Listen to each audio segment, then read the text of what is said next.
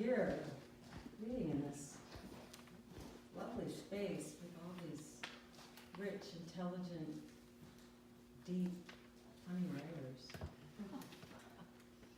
I'm going to read a piece called The Crack, and it's a piece from The Fifth Woman, which is a novel in pieces. The Crack. The city cranes demolished the apartment building on the alley less than 1 month after I received my final notice to move out. The brick and mortar and plaster caving in easily explosions of white and red dust pluming up into a blue sky. For the 2 years I lived on the 3rd floor, a crack in the ceiling that started above the door stretched the short length of the living room. The crack had been plastered over many times before I moved in, the paint and plaster buckling and flaking off onto my sofa in small geological shapes. If I leaned back and rested my head on the sofa's back, I could glare at the crack, which sometimes resembled a river and other times a canyon or a ravine. The building was already falling apart. In the night, I listened to the walls erupt in bumps and thumps and creaking sounds. After a few months, I called the manager. "I'm wondering about that crack in the ceiling," I said. She seemed to be expecting me. "Enjoy that," she said with a French Caribbean accent. "That won't hurt you." I thought she was joking, but her tone was sincere. A week later, on a Sunday afternoon, I heard her laughing in the hallway, loud and fluid. I had been lying on the couch, but I got up and stepped outside to reintroduce myself and ask again about the crack. "Ah, you are that one," she said and laughed some more.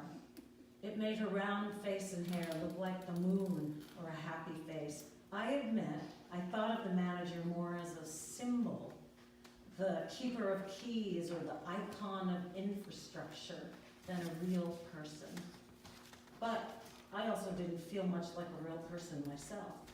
I didn't speak to anyone in the building. I just went to my job as a receptionist at Cracker Brokers, Inc., where the phones never rang, and came home to my apartment. I should have been somebody's hamster instead of a person. But I was curious about the manager. She wore bright, solid colors. That day in the hallway, she wore purple pants and a purple shirt and purplish lipstick. And the next time I saw her, when my toilet broke, she arrived a week later as the color pink. Even her shoes were pink. And though I was angry about her reluctant response to the toilet and the crack, for the outfits, I admired her and was grateful. I imagined she awakened every morning feeling like a certain color. And then she took that feeling all the way. She drove straight at the sentiment. Years before I moved into that building, I had met a middle-aged woman in a women's studies class who was similarly committed to color. Every class, she wore a different vibrant pair of colors. One week, she'd show up in pink pants and a blue shirt, and the next she'd be wearing yellow and green. Though I can't remember her name, she gave in our final class a heartbreaking report on the Soviet Gulag system.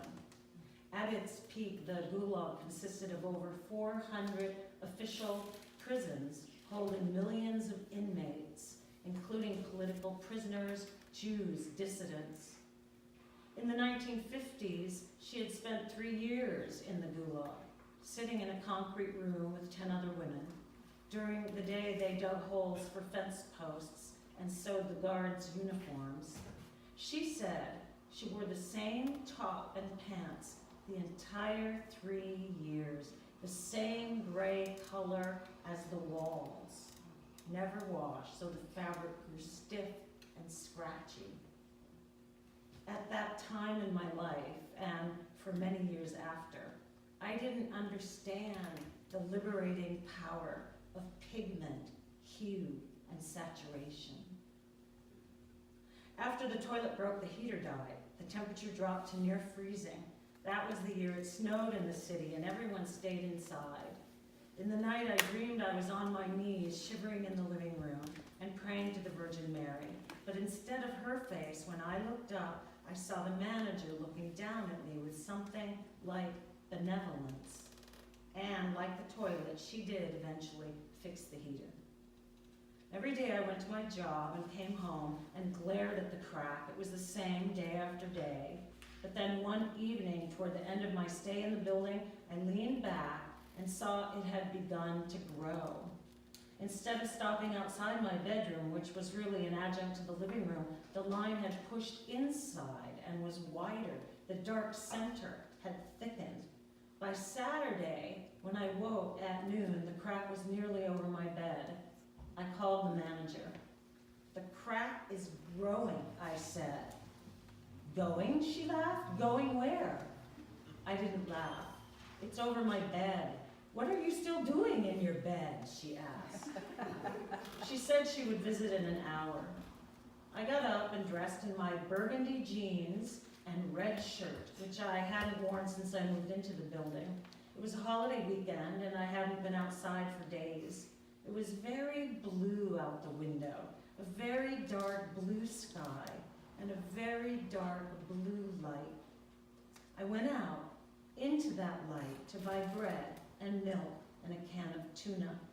Despite my fears and anger about the crack, I thought maybe the manager would be hungry and we could eat something together. But as I walked, I felt more and more annoyed. Really, she should have fixed the crack long ago, I thought. What if my ceiling collapses on me? What if no one hears it? Who would know and who would find me? But then I thought, it really isn't her fault. Because she doesn't own the building and probably has no control over restoration and repair. I also felt bad for the manager on a personal level, imagining her living alone with pet reptiles, nothing but the suffering of some past in Haiti now transformed into this resolute happiness, much like the woman who had suffered in the gulag. As I opened the can of tuna and made sandwiches, waiting for the manager to arrive, I wondered what color she woke to that day. Orange would be good, or perhaps yellow. She showed up finally in the late afternoon after I had eaten both sandwiches, dressed in an amber pantsuit with large amber earrings and copper lips. And despite my unhappiness, I had to admit the ensemble was lovely with the blue skies of the day. Nonetheless, I decided to take a stand.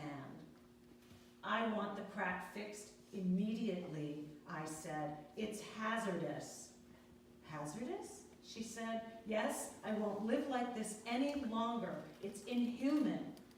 Inhuman, she agreed, staring at my face from her amber face with the same benevolent expression she had in my dream. And just then, a piece of plaster shaped like an evergreen tree landed on my red shirt. See, I said, pointing to my chest. How can you expect me to go on living like this? But instead of answering, she walked toward my bed and stood and stared at the crack in its dark center. Her neck stretched so far back, I could see the ridges of her veins and muscles. She stood looking for a long time, and I stood next to her. Suddenly, the dark center of the crack began to widen, and then the ceiling split open like a skin, and we could see the apartment upstairs. Without moving her head, the manager reached over and backhanded me on my upper arm. It was the first passionate human contact I had had since I moved into the building. Look at that, she said, and she smiled, like she knew this was going to happen. Soon, the notices to move would start arriving in the mail, but I didn't know that then. Her arm was by her side again, and she was still looking up. Just wait, she said. We waited a full minute. Then the upstairs ceiling opened, and the blue sky and golden light of the day poured in.